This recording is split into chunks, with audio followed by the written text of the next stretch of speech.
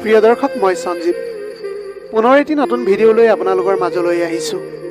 যদিহে হাতত অলপ সময় আছে তেনেহ'লে ভিডিঅ'টি শেষলৈকে শুনিব বুলি আশা ৰাখিলোঁ। আহকচোন তেনেহ'লে ভিডিঅ'টিৰ মাজেৰে বুজিবলৈ চেষ্টা কৰোঁ। ডিপ্ৰেশ্যন জীৱনৰ পাৰ্ট অফ লাইফ, আৰু ডিপ্ৰেশ্যন শেষ কৰি আগুৱাই যোৱাটোৱেই হ'ল আৰ্ট অফ লাইফ। কেতিয়াও মানুহৰ বিশ্বাসক লৈ খেলা নকৰিবা, নহ'লে এদিন দেখিবা নিজক বিশ্বাস কৰিবলৈ এইখন পৃথিৱীত কাকোৱেই বিচাৰি নাপাবা। কিছুমান মানুহৰ ভাগ্য ইমানেই বেয়া যে বহুত ভাল পোৱাৰ পাছতো তাৰ বিনিময়ত পায় কেৱল কষ্ট আৰু অৱহেলা মাথো। সদায় জীৱনত এই 5টা ঠাইত মনে মনে থাকিব। 1 নম্বৰ, বেছি খং উঠিলে। 2 নম্বৰ, কোনোবাই তৰ্ক কৰিলে। 3 নম্বৰ, পত্নীৰ লগত কাজিয়া কৰাৰ সময়ত। 4 নম্বৰ, য'ত কথাৰ কোনো গুৰুত্ব নাই। 5 নম্বৰ, যদি তোমাৰ সেই বিষয়ত পৰ্যাপ্ত জ্ঞান নাথাকে। তাজমহলক গোটেই পৃথিৱীৰ মানুহে দেখিলে, কিন্তু মমতাজক কোনেও দেখা নাপালে। সেইকাৰণে যাক ভাল পোৱা তেওঁক সময় থাকোঁতে ভাল পোৱা দিয়া, নহ'লে জীৱনটো অথলে গুচি যাব। জীৱনত দুখ চিন্তা দূৰ কৰাৰ একমাত্ৰ উপায় হ'ল নিজকে সদায় কামৰ মাজতে ব্যস্ত ৰখাটো। এটা কথা মন দি শুনিব, পুত্ৰ সন্তান যদি এটা বংশৰ প্ৰদীপ হয়, তেনেহ'লে কন্যা সন্তান 2টা বংশৰ প্ৰদীপ হয়। ভাগ্যৰ দ্বাৰা কৰ্ম সলনি নহয়, কিন্তু কৰ্মৰ দ্বাৰা ভাগ্য সলোৱা সম্ভৱ। জীৱনত এই 3জনক কেতিয়াও ক্ষমা নকৰিব। 1 নম্বৰ, যি ভাল পোৱাৰ নামত অভিনয় কৰে। 2 নম্বৰ, যি বন্ধুত্বৰ সুযোগ লৈ বেইমানি কৰে। 3 নম্বৰ হৈছে যি বিশ্বাসৰ মৰ্যাদা দিবলৈ নাজানে। এটা কথা সদায় মনত ৰাখিব, ক্ষমতাতকৈ আপোনাৰ বুদ্ধিক বেছি ব্যৱহাৰ কৰক, কিয়নো ক্ষমতাই যুদ্ধ কৰিবলৈ শিকায় আৰু বুদ্ধিয়ে আপোনাক জিকিবলৈ শিকায়। সদায় জীৱনত ভালে থাকিবলৈ ৰাজপ্ৰসাদৰ প্ৰয়োজন নহয়, ভৰসা কৰিব পৰা এজন মানুহেই যথেষ্ট। কিছুমান মানুহে নিজক লৈ বহুত অহংকাৰ কৰে, কিন্তু তেওঁলোকে হয়তো নাজানে ফুলৰ সৌন্দৰ্য আৰু মানুহৰ গৌৰৱ বেছি দিন নাথাকে। তৰ্ক কৰিলে সদায় জ্ঞানীৰ লগতহে কৰিবা, জিকিব নোৱাৰিলেও কিবা এটা শিকিবলৈ পাৰিবা। মূৰ্খৰ লগত তৰ্ক কৰি নিজকে মূৰ্খ বনাই নল'বা। মনে মনে থাকিলে এইটো নাভাবিব যে তেওঁ একোৱেই নাজানে, কাৰণ বুদ্ধিমানজনে মনে মনে থাকে আৰু মূৰ্খজনে জোখতকৈ বেছি কথা কয়।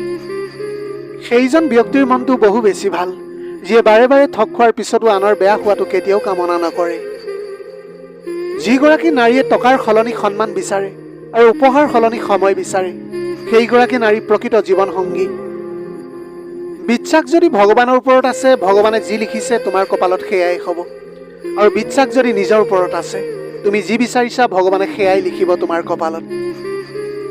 টকা থকা পৰিয়ালত পত্নী হোৱাটো ভাগ্যৰ কথা নহয়, এজন সৎ চৰিত্ৰৱান জীৱন সংগী পোৱাটোহে আচলতে ভাগ্যৰ কথা। বুদ্ধিমান লোকে কেতিয়াও অহংকাৰ নকৰে, কাৰণ তেওঁলোকে ভালকৈ জানে অহংকাৰ যে পতনৰ মূল কাৰণ। এইখন সমাজত দোষী তেওঁ নহয় যি প্ৰতাৰণা কৰে, এইখন সমাজত দোষী তেওঁ যি সৰল মনে সকলোকে বিশ্বাস কৰি লয়। পত্নীৰ এই 3টা কামে স্বামীক সোনকালে বুঢ়া কৰি দিয়ে।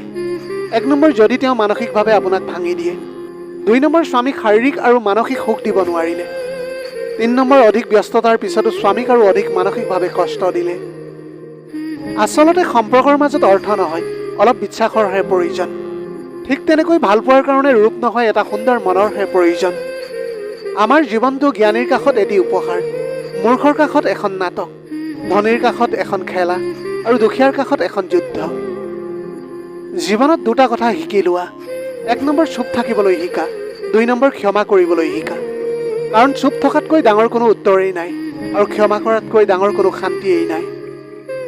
সংসাৰত স্বামী স্ত্ৰীৰ মাজত যদি ভাল বুজাবুজি নাথাকে, সেই সংসাৰ যিমানেই নামী দামী নহওক কিয় আৰু যিমানেই টকা পইচা নাথাকক কিয়, সেই সংসাৰত কেতিয়াও সুখ নাথাকে।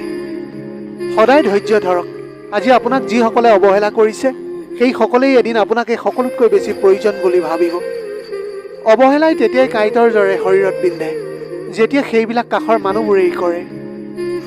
মানসিক যন্ত্ৰণাতকৈ ডাঙৰ যন্ত্ৰণা একোৱেই হ'ব নোৱাৰে। এই যন্ত্ৰণাই মাথো মনটোক নহয়, মগজুটোও নষ্ট কৰি দিয়ে। এজন ব্যক্তি যেতিয়া মানসিকভাৱে ভাঙি পৰে, তেতিয়া তেওঁ সঠিক সিদ্ধান্তও ল'ব নোৱাৰে। এইখন পৃথিৱী এনেকুৱাই, গুৰুত্ব দিলে অৱহেলা কৰিব আৰু গুৰুত্ব নিদিলে ক'ব স্বাৰ্থপৰ। জীৱনত আপুনি টকা উপাৰ্জন কৰি চাওক, দেখিব আমাৰ সমাজে আপোনাক বহুত সন্মান দিব। জীৱনলৈ অহা প্ৰতিটো ধুমুহাক আপোনাৰ ক্ষতিৰ বাবে আহিছে বুলি নাভাবিব, কিন্তু কিছুমান ধুমুহা আহে আপোনাৰ পথটো পৰিষ্কাৰ কৰিবলৈ।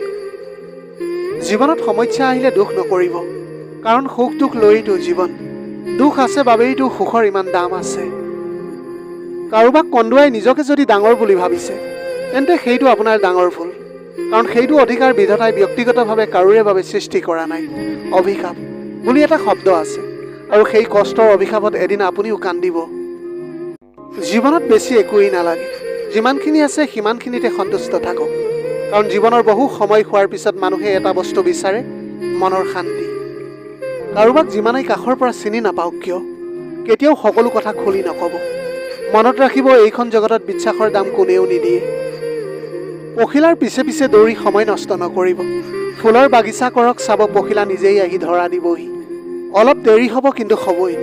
আপুনি যি বিচাৰে তাকেই হ'ব। মনত ৰাখিব, আপোনাৰ সময় হেবেয়া, আপোনাৰ জীৱনটো কিন্তু নহয়। মাথো অপেক্ষা কৰক, সময় সকলো ঘূৰাই দিব আপোনাক। সদায় এটা কথা মনত ৰাখিব, কাৰোবাক অন্ধৰ দৰে বিশ্বাস কৰিলে তেওঁ আপোনাক অন্ধ ভাবি ঠগি গুচি যাব। সদায় আনক ক্ষতি কৰাৰ পৰা বিৰত থাকক। আনক ক্ষতি কৰিলে নিজৰো ক্ষতি হ'ব। সেয়েহে আনৰ ক্ষতি কৰিবলৈ গৈ নিজৰ ক্ষতি মাতি নানিব। আমাৰ মনটো কোনো ডাষ্টবিন নহয় যে ইয়াত খং, ঘৃণা, ঈৰ্ষা ভৰাই থ'ব। এইটো হ'ল অমূল্য সম্পদেৰে ভৰা এটা বাকচ, য'ত থাকিব সুখ, ভালপোৱা আৰু কিছুমান মধুৰ স্মৃতি। মানুহ কিমান মূৰ্খ।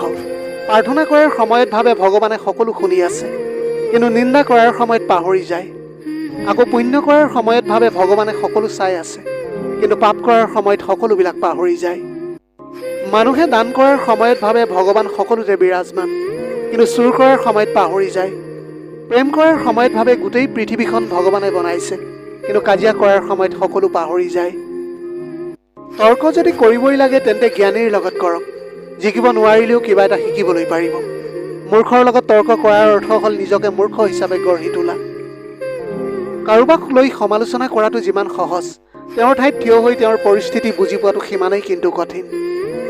আমাৰ শৰীৰৰ সকলোতকৈ দামী অংশটোৱেই হ'ল হৃদয়, য'ত থকাৰ যোগ্যতা সকলোৰে কিন্তু নাথাকে। জ্ঞানীক ভুল ধৰিলে আপুনি হ'ব তেওঁৰ বন্ধু, আৰু মূৰ্খক ভুল ধৰিলে আপুনি হ'ব তেওঁৰ শত্ৰু। নিশ্বাস হেৰুৱালে দেহৰ মৃত্যু হয়, আৰু বিশ্বাস হেৰুৱালে হয় মনৰ মৃত্যু। সুখৰ সৈতে টকাৰ কোনো সম্পৰ্ক নাই। টকাই মাথো চাহিদা পূৰণ কৰে।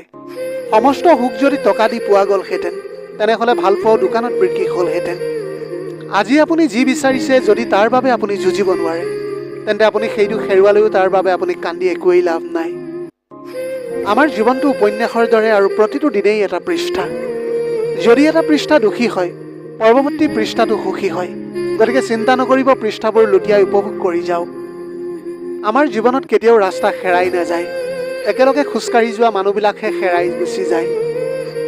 ভুল মানুহৰ কোনো স্মৃতি মনত নাৰাখিব, কাৰণ সেই মানুহজনে যিদৰে আপোনাক কষ্ট দিছিল ঠিক তেনেদৰে তেওঁৰ স্মৃতিবিলাকেও আপোনাক কষ্ট দিব।